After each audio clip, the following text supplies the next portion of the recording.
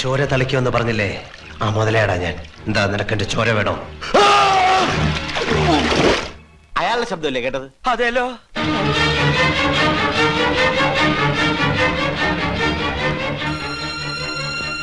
S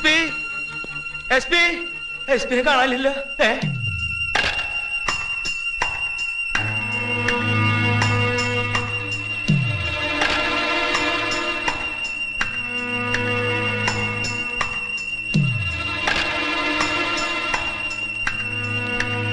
അതെ, ദിവസം 2 കഴിഞ്ഞിട്ടും ബോധം വന്നിട്ടില്ല.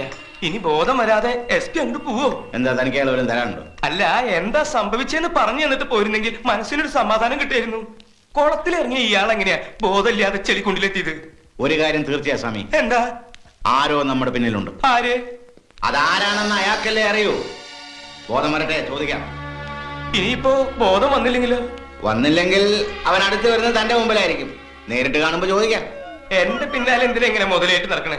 കേസിന്റെ കാര്യമാണെങ്കിൽ നേരിട്ട് കണ്ട് സംസാരിച്ചൂടെ? ജോർജ് സാറേ, എന്റെ പിന്നിൽ ആരെങ്കിലും ഉണ്ടോ നോക്കി. ആരുമില്ലല്ലോ.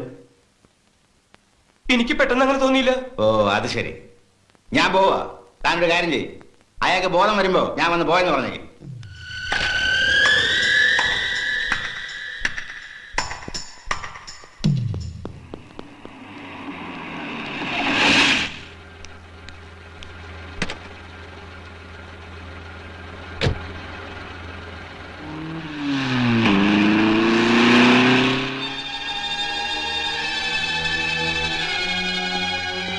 ആളെ മനസ്സിലായിട്ട് നീ എന്താ ഇവനെ വെറുതെ ഒഴിവാക്കിയത്?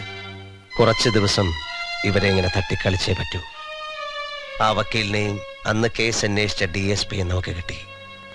അവരെ ഒന്ന് കുലുക്കിയപ്പോൾ ജോർജ് എന്ന് പറയുന്ന ആ ചെകുത്താനും വന്നു. ഇനി ഒരാൾ കൂടിയുണ്ട്. ഈ ബഹളം അവനെ ഇവരരികിലെത്തിക്കും. അല്ലെങ്കിൽ ഇവർ അവനെ തേടി ചെല്ലും. ഞാൻ കാത്തിരിക്കുന്നതിനാണ്. അവനാരാ? അവനൊരു പൂച്ചക്കണ്ണനാണ്. പൂച്ചക്കണ്ണനോ? അത്ര എനിക്കറിയൂ. പൂച്ചക്കണ്ണൻ. നിക്ക് അറിയാൻ വേണ്ടിട്ട് ചോദിക്കുക. ആ ജോർജ് ഒരു സാധാരണ ജോർജ് അല്ല. അയാളുടെ രാഷ്ട്രീയ സ്വാധീനമോ ആൾബലമോ നിനക്കറിയില്ല. എന്നോ നടന്ന ഒരു കേസ്, അതിനൊരു കോടതി വിധി. അതിന് നീ തലമുണ്ടാക്കുന്നതിന് ക്യാപ്റ്റാ? ഞാൻ തലപുണ്ണാക്കുന്നുണ്ടെന്ന് ആര് പറഞ്ഞു?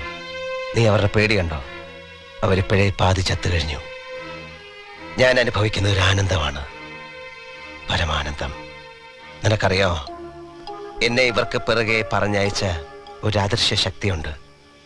ആ ശക്തിയോട് ഞാൻ പതുക്കെ പതുക്കെ അടുത്തുകൊണ്ടിരിക്കുകയാണ്. അതിനു മുൻപ് ഒരിക്കൽ വായിച്ചു മറന്നുപോയ ഒരു മേൽവിലാസം എൻ്റെ മനസ്സിലെവിടെയോ കുടുങ്ങിക്കിടപ്പുണ്ട്. അത് ഓർമ്മിക്കാൻ കഴിയുന്നില്ല. അത് വായിച്ചെടുക്കണം. ആരുടെ മേൽവിലാസം? ഒരു പെൺകുട്ടിയുടെ, ഒരു മകളുടെ മേൽവിലാസം. കഴിഞ്ഞ മെയ് 7-ാം തീയതി മരിച്ചുപോയ കുമാരേട്ടൻ മരിക്കുന്നതിന് മുമ്പ് പോസ്റ്റ് ചെയ്ത ഒരു കത്തിലെ മേൽവിലാസം. അതെങ്ങനെ നിനക്കറിയാം? ഞാനാണത് പോസ്റ്റ് ചെയ്തത്. ആ കത്ത് എൻ്റെ കയ്യിലെത്തിച്ചത് മറ്റാരുമല്ല, ഈശ്വരനാണ്. ആ ഈശ്വരനെ ഞാൻ അനുസരിച്ചേ പറ്റൂ.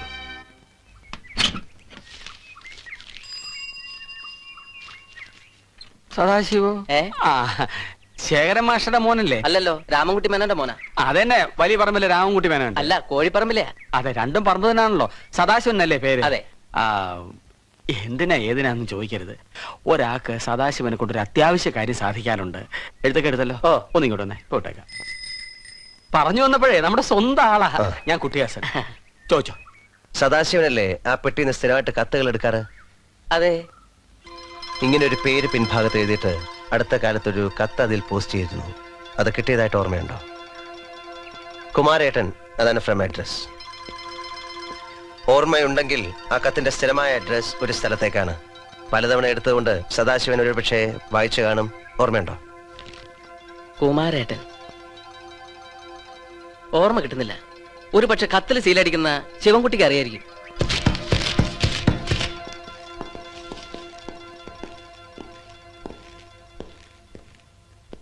അല്ല, സീലടിക്കുന്നുണ്ടെന്ന് വെച്ച് ശിവൻകുട്ടി ഈ ഫ്രം അഡ്രസ് കാണണമെന്നില്ലല്ലോ. ഇവിടെ നയിക്കുന്ന കത്തായതുകൊണ്ട് അയാൾ മുൻവശത്തെ അഡ്രസ്സിലല്ലേ സീലടിക്കൂ ക്യാപ്റ്റാ. അച്ഛാ, മാത്രമല്ല ഈ കത്ത് ആ പെട്ടി തന്നെ എപ്പോഴും പോസ്റ്റ് ചെയ്യണമെന്നില്ലല്ലോ. അതെ. പിന്നൊരു വഴിയുണ്ട്. കത്തിന്റെ ഫ്രം അഡ്രസ് സീലടിക്കുന്നത് അത് കിട്ടുന്ന പോസ്റ്റ് ഓഫീസിലാണ്. ഈ വിലാസം ഒരുപക്ഷെ അവിടുത്തെ പോസ്റ്റ്മാൻ അറിയാൻ പറ്റും. അവിടെ അന്വേഷിച്ചാൽ അഡ്രസ് ഏതാണെന്ന് മനസ്സിലാക്കാൻ പറ്റും. ഇപ്പൊ നീ പറഞ്ഞത് ബുദ്ധിമോശം. ഇമെയിൽ വിലാസം അറിയാമെങ്കിൽ പിന്നെ എന്തിനാണ് ആ പോസ്റ്റ് ഓഫീസ് തപ്പുന്നത്? കഴുത എന്നെ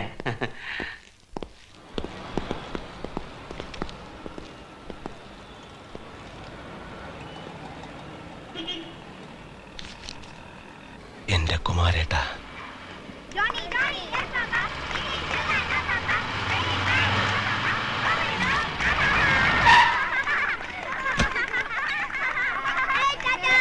Jessy Moses convent. Jessie Moses convent അല്ലടാ, ഹോളി ഏഞ്ചൽസ് കോൺവെന്റ്.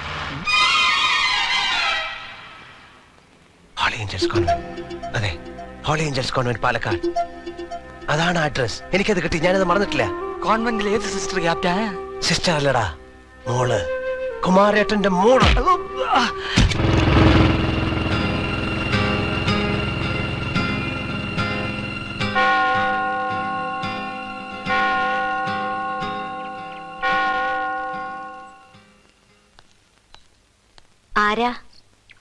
ആരെയാ കുട്ടികളെ കാണേണ്ടത്? ഇത് തന്നെയല്ലേ holy Angels convent?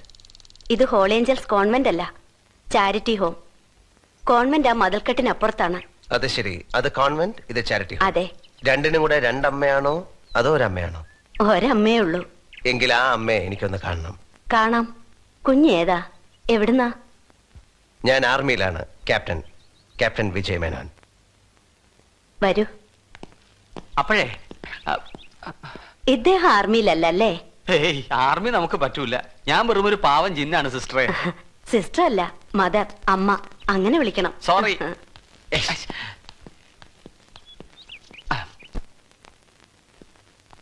Captain Vijay Menon ഈ അമ്മയ്ക്ക് എന്ത് സഹായം ചെയ്യാനാണ് വന്നത്? പരസ്പരം ഒരു സഹായം അമ്മയ്ക്കാവാം, അല്ലെങ്കിൽ എനിക്കാവാം. എന്തായാലും സഹായിച്ചേ പറ്റൂ. ഇവിടെ വരുന്ന കത്തുകളൊക്കെ അമ്മ കാണാറുണ്ടാവും അല്ലേ? അതിന്റെ രണ്ടു വശത്തുമുള്ള മേൽവിലാസവും ശ്രദ്ധിച്ചിട്ടുണ്ടാവും. ശ്രദ്ധിക്കണമല്ലോ. അപ്പൊ അമ്മയ്ക്ക് അത് ഓർമ്മയുണ്ടാവും. ചോദ്യങ്ങൾ ഒഴിവാക്കാം. എന്താണ് ആവശ്യം അത് പറയൂ. അങ്ങനെയാണെങ്കിൽ ഇവിടെ വരുന്ന കത്തുകളിൽ ഒരു മനോഹരമായ കത്തുണ്ട്. അതിന്റെ പിറകിൽ ഇങ്ങനെ ഒരു പേര് എഴുതിയിരിക്കും.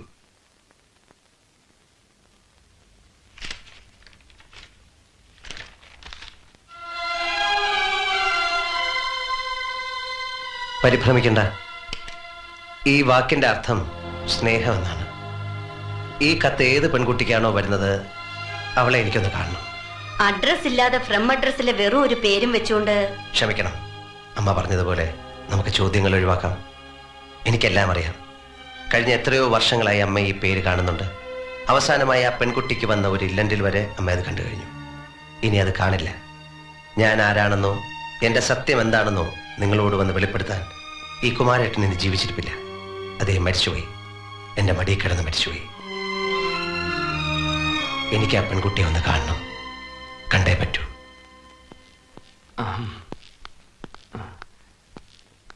ആരാ? ഞാൻ കുട്ടി ഹസൻ. നിങ്ങളുടെ അമ്മയെ കാണാൻ എന്റെ ഒരു സുഹൃത്തിനോടൊപ്പം വന്നാ. എന്റെ അമ്മയെ കാണാനോ? എന്റെ അമ്മയെ കാണാൻ ഇവിടെ എന്തിനാ വരുന്നത്? അമ്മ അങ്ങ് വീട്ടിലാ. അമ്മയെ പരിചയമുണ്ടോ? ആ അമ്മയല്ലേ സിസ്റ്ററെ, ഇവിടുത്തെ അമ്മ. മദർ എന്ന് വിളിച്ചപ്പോ അമ്മയെന്ന് വിളിക്കാൻ പറഞ്ഞു. അമ്മയെന്ന് ഇവിടെ പറഞ്ഞപ്പോ ആകെ ഗുലുമാലുമായി. ഞങ്ങൾക്കിപ്പോ നിസ്കാര നേര. അതിന് പറ്റിയൊരു സ്ഥലം അന്വേഷിക്കായിരുന്നു. അവിടെയാണ് പ്രാർത്ഥനാ മുറി. ആ സിസ്റ്ററെ, നിങ്ങളുടെ പ്രാർത്ഥനാ മുറിയില് ഒരു മുസ്ലിം നിസ്കരിച്ചു എന്ന് വെച്ച് നാളെ ഒരു സാമൂഹ്യ പ്രശ്നമാവോ? എന്ത് പ്രശ്നം? പ്രശ്നമൊക്കെ വിശ്വാസം ഇല്ലാത്തവരുണ്ടാക്കുന്നല്ലേ. നിങ്ങൾ ധൈര്യമായിട്ട് പൊയ്ക്കോളൂ. ഇവിടെ നിന്നോളൂ, ഞാൻ അവളെ കൂട്ടിക്കൊണ്ടുവരാം. പ്ലീസ്. ഞാൻ പറഞ്ഞത് ഓർമ്മയുണ്ടല്ലോ, കുമാരേട്ടൻ മരിച്ച കാര്യം. ഇല്ല, ഞാൻ പറയില്ല.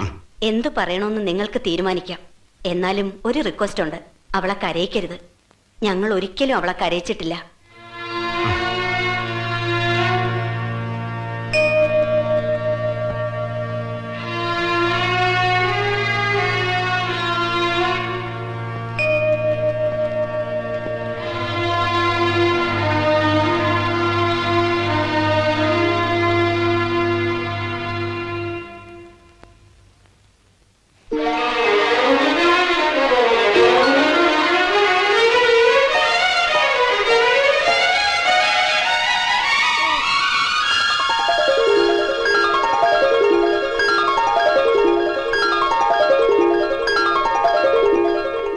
ചെല്ലു.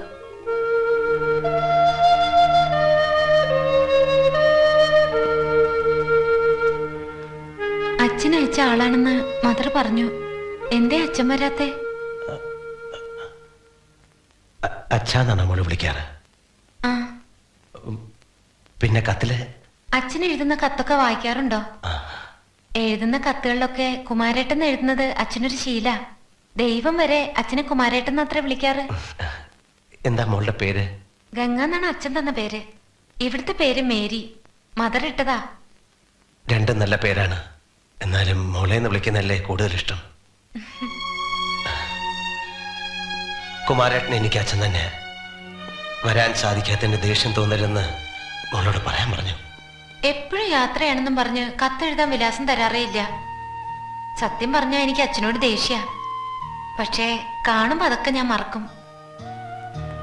അറിയാം, അച്ഛൻ തന്നെ അതൊക്കെ എന്നോട് പറഞ്ഞിട്ടുണ്ട്. അച്ഛൻ വന്നില്ലെങ്കിലും ഈ ഏട്ടൻ ഇനി എന്നും കാണാൻ വരും. ഞാൻ വരുന്നതും അച്ഛൻ വരുന്നതും ഒരുപോലെ അല്ലേ മോളെ?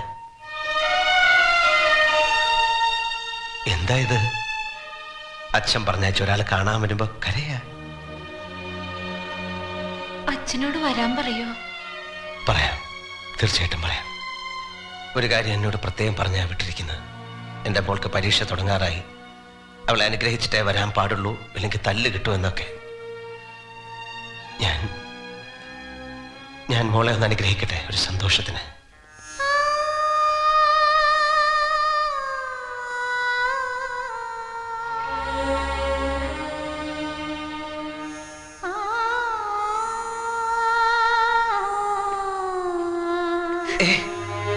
എന്താ ഇത്? പറയാം, മോളെ കണ്ടു എന്ന് അച്ഛനോട് പറയാം.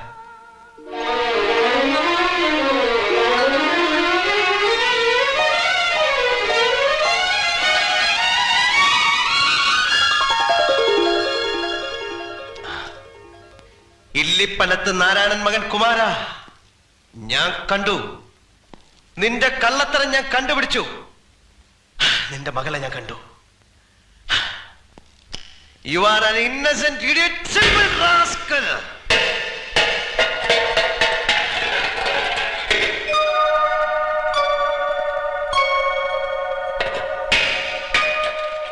ഞാൻ സിമ്പിൾ റാസ്കൽ ആണെങ്കിൽ നീ ഡബിൾ റാസ്കലാടാ മോനെ. ഇവിടെ നീ എത്തുമെന്ന് എനിക്ക് ഉറപ്പുണ്ടായിരുന്നു. എത്തിയില്ലേ? You bloody soldier.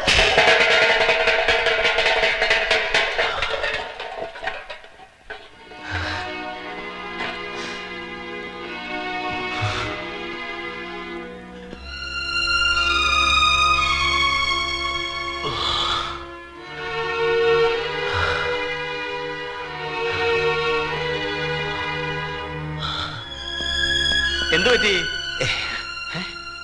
നീ എന്തിനാ കരഞ്ഞേ? കണ്ണിൽ വെള്ളം നിറഞ്ഞിട്ടുണ്ടല്ലോ. നിന്നെ മദർ ചീത്ത പറഞ്ഞോ? തല്ലിയോ? ഈ കന്യാസ്ത്രീ ബഹളം വെച്ച കൊന്നുകളെ ഞാൻ കണ്ടടാ. ആരെ? കുമാരേട്ടന്റെ മോളെ കണ്ണു നിറച്ച് കണ്ടടാ. ഞാൻ എന്താ ആഗ്രഹിച്ചോ അത് സാധിച്ചു. ഇനി ഒരിക്കൽ കൂടി നമുക്ക് ഇവിടെ വരണം.